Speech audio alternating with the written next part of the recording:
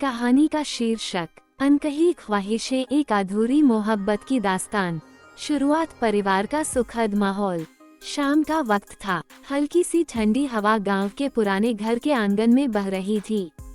घर में हंसी ठिठोली की गूंज सुनाई दे रही थी। उस घर की बहू संध्या अपनी सुंदरता और सादगी के लिए पूरे गांव में जानी जाती थी। लंबा कद, बड़ी बड़ी काली आंखें और चेहरे पर मासूम मुस्कान। संध्या की शादी अभय से हुई थी, जो कि शहर में नौकरी करता था। अभय ज्यादातर समय बाहर ही रहता और महीने में सिर्फ 2-4 दिन के लिए घर आता।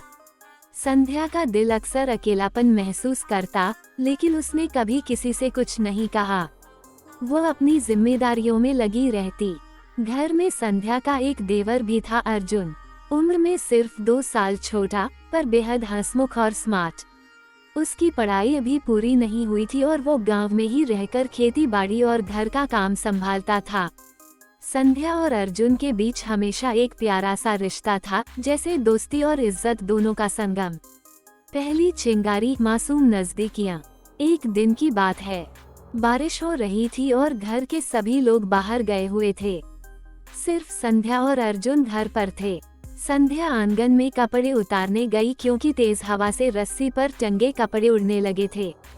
वो भीग गई थी, उसके गीले बाल उसके चेहरे पर चिपक रहे थे।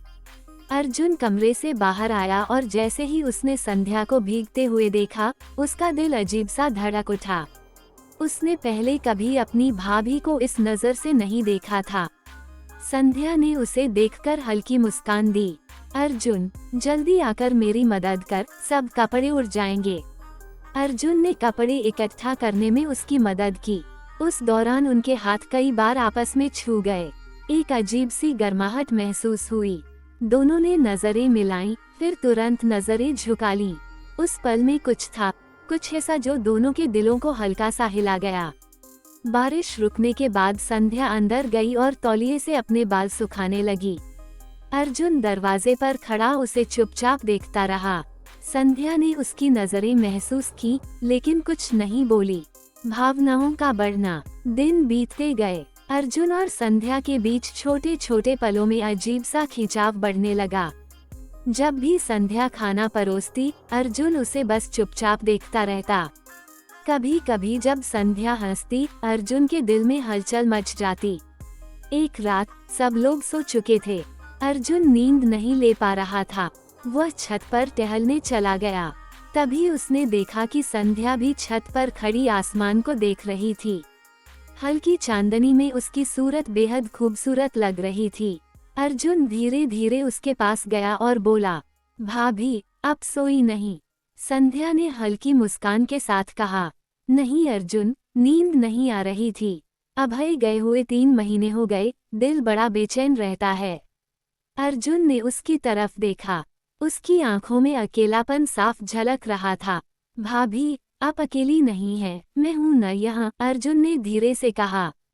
संध्या ने उसकी बात सुनकर उसकी तरफ देखा और पहली बार उनकी आंखों ने बिना शब्दों के एक दूसरे से बात की। दोनों के बीच सन्नाटा छा गया। पहली बड़ी नजदीकी। कुछ दिनों बाद गांव में मेला लगा। घर के सब लोग मेले में गए, लेकिन संध्या ने जाने से मना कर दिया, क्योंकि उसकी तबीयत ठीक नहीं थी। अर्जुन भी घर पर ही रह गया। शाम को अचानक तेज बारिश होने लगी। बिजली चली गई और पूरा घर अंधेरे में डूब गया। संध्या मोमबत्ती जलाने के लिए कमरे में गई, लेकिन डर के मारे उसके हाथ कांप रहे थे। अर्जुन ने पीछे से उसका हाथ पकड़ लिया। डरिए मत भाभी, मैं हूं न। संध्या का दिल तेजी से धड़कने लगा। अर्जुन का हाथ उसके हाथों पर था। कुछ पल के लिए दोनों ने खुद को रोकने की कोशिश नहीं की। बारिश की आवाज, अंधेरा और अकेलापन, सबने उस माहौल को और भी गहरा कर दिया। अर्जुन ने संध्या के चेहरे की तरफ हाथ बढ़ाया और उसके गालों को हल्के से छुआ। आप बहुत खूबसूरत हैं भाभी, अर्जुन ने फुसफुसाया। संध्या ने आंखें बंद कर लीं। उसके दिल ने कहा कि ये गलत है, लेकिन उसकी भावनाएं उसे रोक नहीं पा रही थीं। अर्जुन, ये सही नहीं है, उसने धीरे से कहा। अर्जुन ने उसके करीब आकर कहा, दिल के जज्बात कभी सही या गलत नहीं होते भाभी, बस सच्चे होते हैं। उस पल संध्या ने खुद को पूरी तरह रोक नहीं पाई और अर्जुन के सीने से लग गई।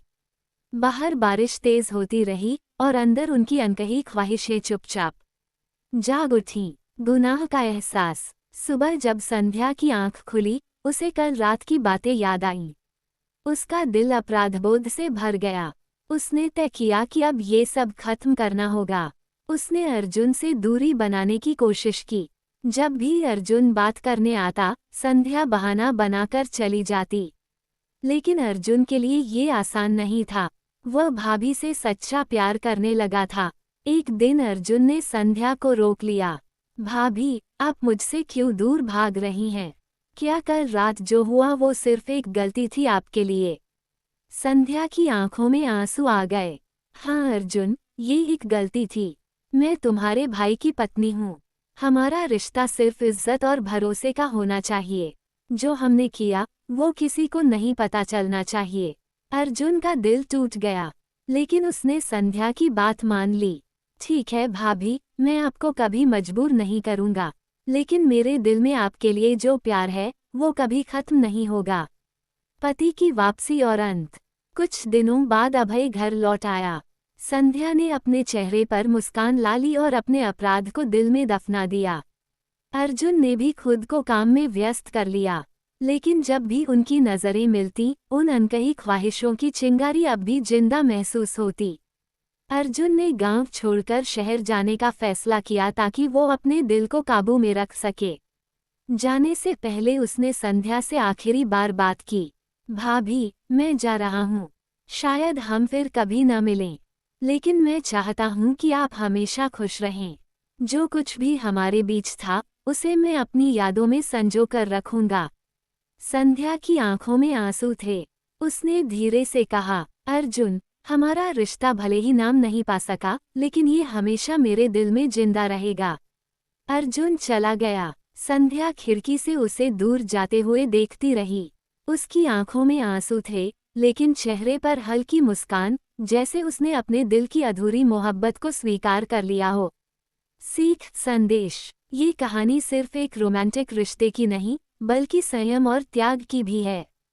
कभी कभी हमारे दिल की ख्वाहिशें पूरी नहीं हो सकती, लेकिन उन्हें दिल में संजोकर रखना ही असली प्यार है।